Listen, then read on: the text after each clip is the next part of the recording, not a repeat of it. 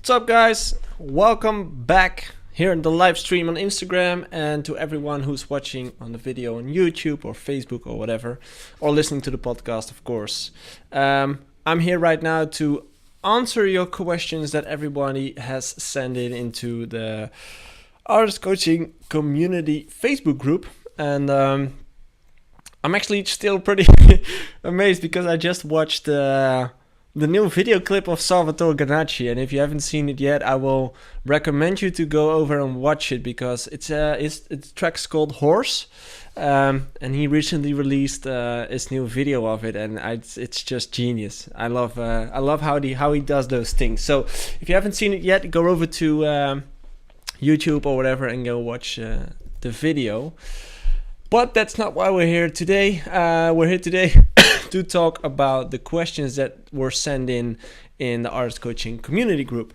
And same as last time, I am live on Instagram as well. Something new I'm trying, and at the same time I'm recording this. So if there's any questions coming in on Instagram, I will take a few of those as well.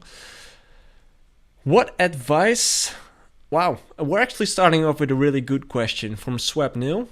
What advice would Joey give to 19-year-old himself? That's a good one. I'm 30 right now. When I was 19, I already started my music career. Yeah, I think so. Yeah, I was already playing in a local club and stuff, and I was already making some money on the side with it. So what kind of advice would I give myself to 19-year-old Joey? I think the main thing I would tell myself is don't be afraid to say no, because saying no gives you a lot of opportunity, and I've said yes way too much. So that's definitely one of them. And think better about the decisions that you make before you actually make them, because I never thought about those decisions that I had to make. I just made them and lived with the consequences, while a lot of things could have went more fluently. So I think those are the two things I would recommend you to do for 19-year-old Joey. What's your opinion about paying for Spotify playlists? A question from Robin. I wouldn't do it. I also had a call with Mike Warner a few weeks, maybe months ago. I'm not sure. It's on my YouTube channel as well. He is a guy who knows a lot of stuff about Spotify playlists, and we also covered this topic, paying for Spotify playlists, and we both agreed on the fact that it definitely isn't a smart approach to do that. So yeah, that's that part. Lucas asked me, what are your thoughts about the emerging vocal apps and vocal devices? Is it going to be the next big thing? I'm not really sure what you mean with vocal devices and vocal apps, but I think if you take Vocal Kitchen, for instance, I really like what those guys are doing right now.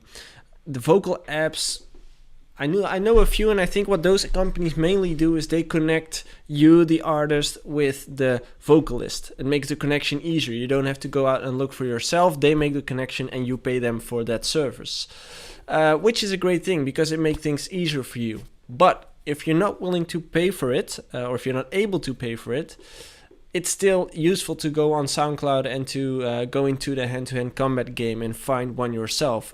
Who would like to do it for free, because there's a ton of them. There's a lot of vocalists out there who are at the same point as where you are right now, where you're starting your career and you need you don't have the financial stuff to work with, so you have to do it on another way.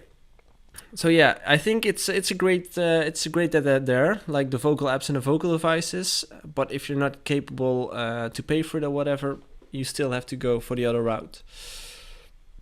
Let's take a question from Instagram. Here's a question from Delgado. Can you inspire colleagues to play on a stage in a hospital? I think I can. There's probably a few guys who will be able to do that and who are open to do that. I think that's the main question. And I think it's a great thing to do as well, because there's a lot of people in the hospital who can't go to festivals, who can't go to clubs, and who can't experience the things that most people can. So I think that's a beautiful thing to do, to actually bring the DJ to the hospital. That would be great. Thanks for sending that in. Here's a question from Mike Solo. How to grow and promote all the socials in the right way? Well, how to grow your social media is all about posting valuable content each and every day. And why I said each and every day is because I want you to be consistent with it.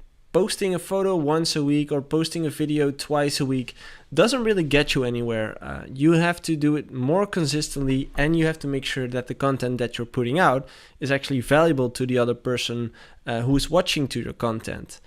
So what works best in that case is taking people on a story. That works best for artists. Show people what you do. Take them on your journey from where you're at right now to where you're going in the future, and show them what you're doing in between.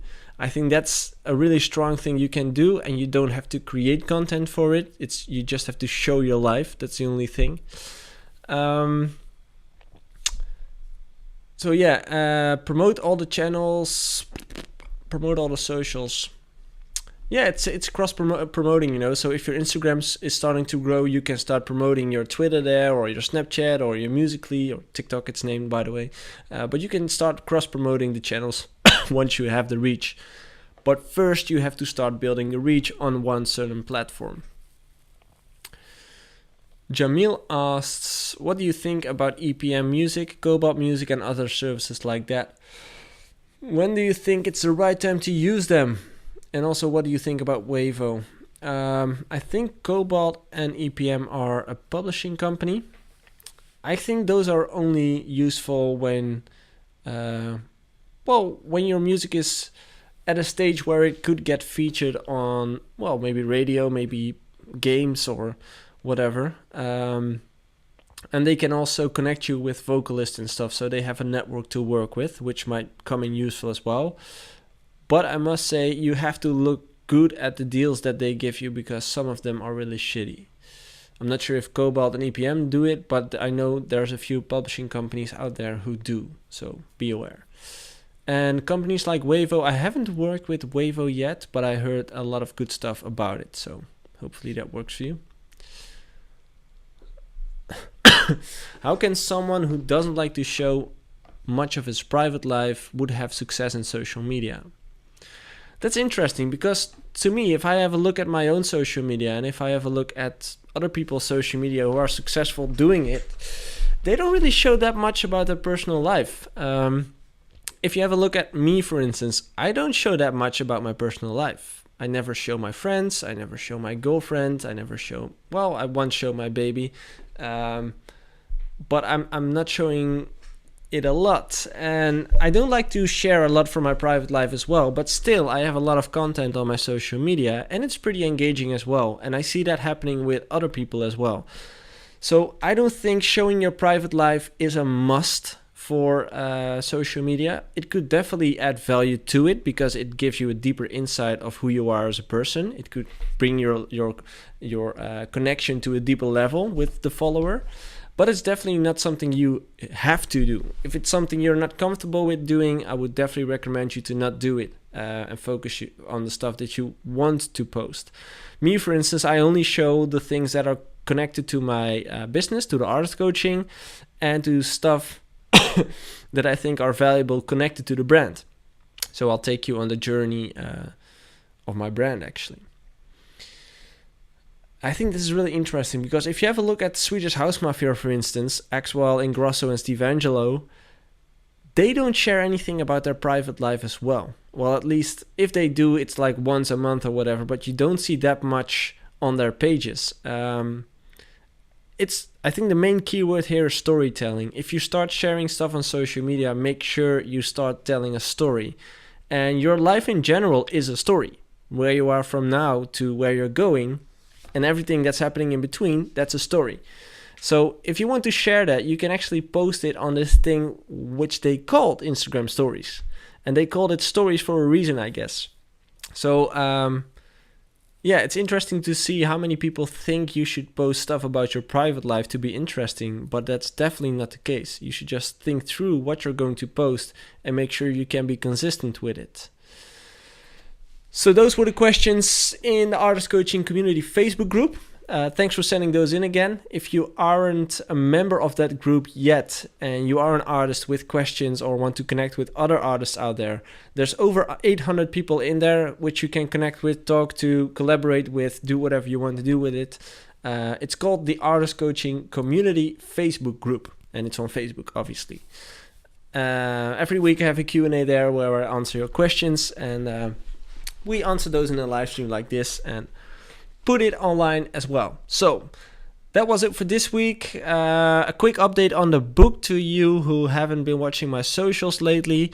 The book's finished. I'm really happy with it. Everything, like the grammar's changed, and it's perfect right now. They've done a great job on it.